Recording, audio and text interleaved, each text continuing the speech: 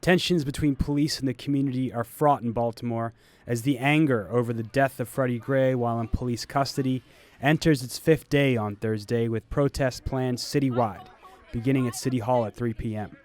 State troopers were dispatched to the city, and workers were encouraged to leave downtown prior to the protests start. With no word from city officials on the status of the investigation into the details of the West Baltimore man whose spine was severed while in police custody, protesters say their efforts are just beginning. I go home and cry every night because of shit like this, because of people like you who won't cross the line, for people like me, for people like yourself, for people like your daughter, for people like... But as tensions mount, police appear to be beginning to push back. The video shows police detaining 17-year-old Michaela Price after she climbed a barricade outside of the city's Western District headquarters yesterday evening.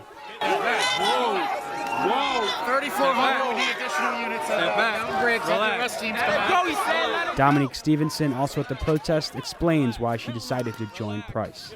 Of the fact that I knew that Michaela was a minor, and I was very concerned with how the police themselves would treat her based on the tensions between the police and the crowd. What happened next? Actually, what happened next was I turned around and looked to see if other people were going to commit civil disobedience, and they didn't. They basically took us in my case, kind of roughly. We got inside, and we didn't receive a summons. We don't go to court. They essentially gave us like a written warning. I don't expect folks from that particular neighborhood to put themselves on the line, because then they'll have to deal with the retaliation. But I think that there are those of us who, one, don't have warrants, who don't have a criminal history, who should be putting more on the line if we say that we really stand in solidarity with these folks. And I also think that it's a new day. Young people don't want to hear what many of us have been hearing for the last 30 or 40 years. They really want significant change, and they do believe that that's going to come by shutting these systems down. Talked about police brutality, and so physical manifestations of oppression in these neighborhoods, but it runs much deeper than that. It runs into the very fabric of the priorities of what gets funded in these neighborhoods and what programs get funded, whether it's incarceration or basketball courts or schools. And so talk about that, because one of the factors that's part of this. Sure. Even in talking to young men on the street from that community, the main thing they're saying is like, look, there are no jobs here.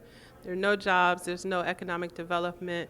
We've worked for a year to be allowed to get a volunteer to redo a basketball court and have run into red tape there, with the city housing authority.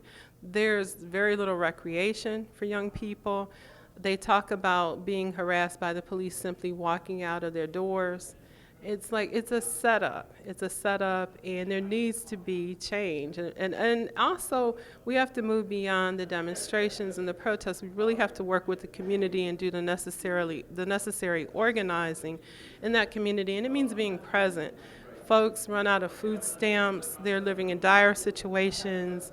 We need to, those of us that have resources, few that it may be, have to be willing to share those resources and work with people in the community to address those problems. So there's national, international media here for something that happens every day in Baltimore. What's your take on how the media has covered it? And, some would say that the only thing that's different about Freddie Gray was that what happened to him was caught on tape, and that has galvanized people around the city. But so what are your thoughts on that?